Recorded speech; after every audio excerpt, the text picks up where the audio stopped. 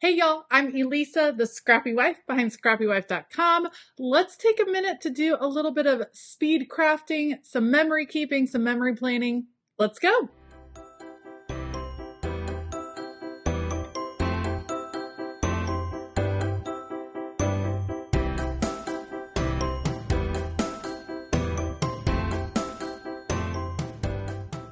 All right, so I have my memory planner. I have a ton of pictures, and I have the Hip Kit Club kit from January. And we're going to be working through the first 2 weeks of February. I got a tiny bit behind in my memory keeping, so I'm going to show you how I like to kind of speed through, catch up, and still make some beautiful spreads.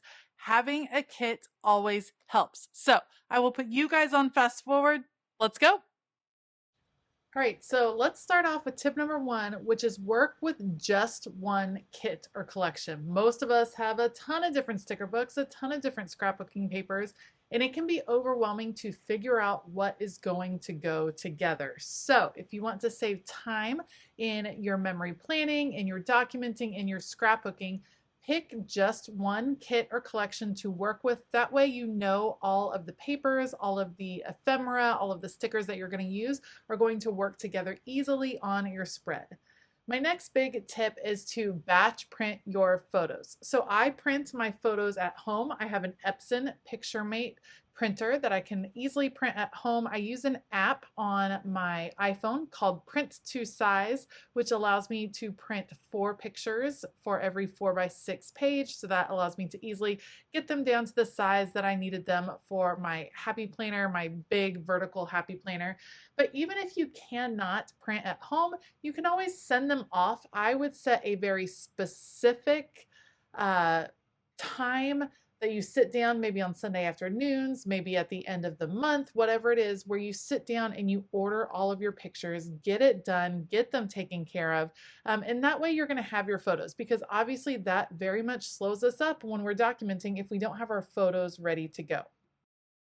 Kind of along the lines of batch printing my photos, I also like to batch matte my photos, and I matte similar events in similar colors. So for instance, over these 2 weeks, there was a gymnastics meet. All of that will be in the same color. I have several photos that have one of my specific kids in it, like everything that relates to my daughter will be in the pink, and everything that relates to twin A will be in blue, and everything that relates to twin B will be in green. Batch matting my photos just makes it go faster. I don't have to second guess what color is going to go where and how it's going to move across the page. I already know the papers are going to go together because I used just one collection, and it just makes this whole process go faster. So when I'm ready to sit down and actually start putting things on the page, it's already ready to go. I work through the same process every single time I sit down to do any sort of documenting, whether it's a scrapbook, whether it's a memory planner. I work in layers, which means I always start with the background. That's why I'm using these really large pieces of scrapbook paper. I love the torn look. You've seen me do it a lot on this channel, but it makes a big impact and it sets the tone in the background of the spread, or what I'm considering the background. So I always work in layers. Background pieces go down first. Those are generally some of the bigger pieces. Those are ones that you're going to layer on top of, and they help set the tone for the page. You can tell I'm going for bright colors.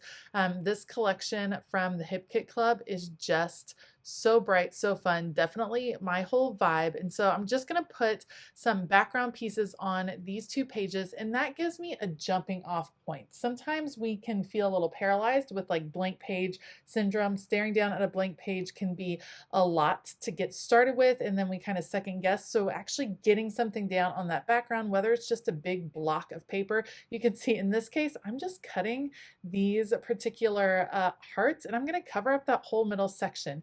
And that's going to give me an interesting look. It's going to change things up, and it gives me a jumping off point for where things could be anchored later on in the spread. So I try not to second guess it too much. I'm just going to put things down that really set the vibe that I want to go for. And again, I know it's all going to go together because it's the same collection. So So that really, really helps. Working in layers and following that process always helps me. As soon as I am done with the background, that's when I start placing the photos, which is generally my second layer. Now, for photos, don't get fussy about where your photos go. Yes, in memory planning, I do loosely kind of group them around the actual day they happened. However, I couldn't possibly do that all of the time because we have very busy weekends and not as busy during the week, or at least I don't have as many pictures of all the busyness during the week. But we have events on the weekend, which generally warrant a few more pictures. Don't be fussy, don't second guess, just get your photos down on the page and then you can work around it from there. Generally what I do, I place them all, I think that's pretty good, I move them around ever so slightly, and then I go ahead and put them down on the page. Sometimes actually adhering something down makes the decision for you, so you can't second guess yourself anymore. You just put the photo down and now it's there and now you're working with it from there. I kind of follow a similar model when I'm putting down other pieces. So I'm starting with these little pocket stickers. I think they're adorable. They're literally just made to look like pockets. And I know I want them across these two pages. So I'm just going to use the stickers, go ahead and put them down. I like to use stickers and ephemera in my memory planning to kind of soften up the edges because I end up having so many rectangles. All of my photos are rectangles.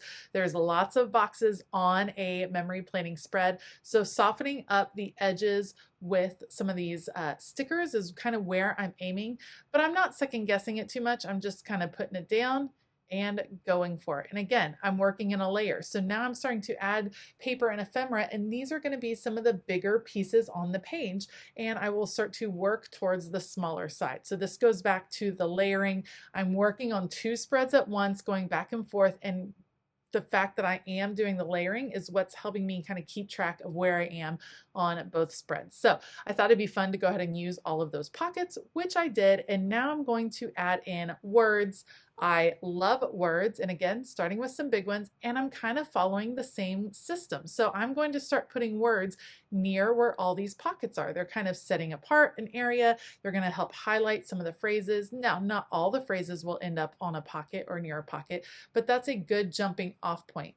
Following the same pattern over and over again not only makes your page feel a bit more cohesive, a bit more all together. These two pages feel like they go together when you flip from one to the other, but it helps you to work faster because you're not starting from a blank slate each time. You know there's a pattern, you know what to look for, you know where you might put something, and so that's a good jumping off point for your brain and will help you start to go faster. And this is a process you can follow over and over again, not just for one spread, but you can apply the same process to next week's spread or next month's spread. And using a different collection, it's going to turn out looking different. You're going to be inspired differently, but you kind of follow through the same process and just don't get too fussy about where things go. Remember, on the page and imperfect is better than never glued down and perfect, not perfect. I don't know that that phrase actually worked out, but you know what I mean. Like if you're second guessing yourself and it's taking you so long to document that you just can't possibly stay current, or you just can't get done what you want to get done. Not that you have to stay current on all the things, because you don't. You should enjoy the process of telling these stories.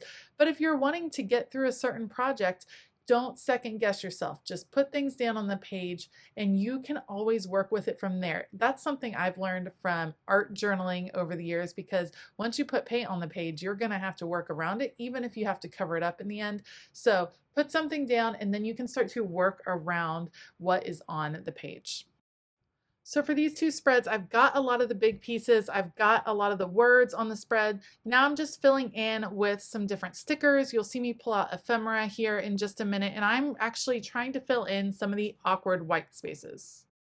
It's at this point in the spread that I really am considering where I'm going to do some journaling. So I do journal in every memory keeping spread. I think it's pretty important to add in journaling, whether you want to type it or write it out by hand. I prefer to write it out by hand because I do want to have that kind of keepsake. But you want to keep a place where you're going to add a little bit of journaling. How much journaling, that's totally up to you. There are some weeks where I have a lot to say.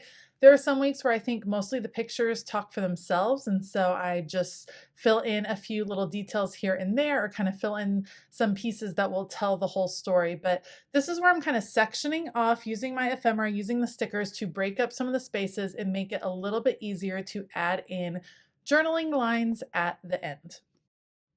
Can we also be honest that this is the really fun part, like decorating and playing with the fun supplies, especially for me, paper pieces just make my heart so happy. And so this is one of the really fun parts for me. Sometimes the pieces have something to do with the photos, sometimes they're just random, but I love working on it. So that's what I'm doing here. Sorry, it got a little bit off screen, but getting all those paper pieces filled in, and then I'm going to clear everything out and add in journaling lines. I know I just talked about it, but that is my bonus tip for the day. Don't skip over the journaling. So often when we are speed scrapping, working on our documenting in a speedy way, we forget about the journaling and we think, I'll just come back and do it later. Well, I'm here to tell you that doesn't happen. So take the time to journal, take the time to fill it in, take the time to tell the story. In this case, I'm using a Happy Planner stencil. A lot of times I will use a T-square ruler. It just kind of depends on how the spread is broken up, on how I decide and what kind of stories I want to tell, all of that goodness. So I'm filling in the lines here, and then I actually went with a dark blue for the baseline, and then I'm going to write with a pink Ink Joy gel pen, because why not? It's a bright spread anyway. So I'm totally going to go for it, fill in all of the stories, and then this spread will be done. Thank you so much for joining me today. I hope these tips help you get a jump on your memory keeping. I will link supplies that I use down below so you can check those out. I want to give a huge shout out to all of my Patreon members. Thank you all so much for your support. We have a fabulous time. There's a ton of extra content, a ton of community happening over on Patreon. So if you'd like to check it out, there is a tier that's perfect for everyone. So you can find a link to that in the description box below as well. All right, I hope that you have a fabulous day, and as always, keep it creative.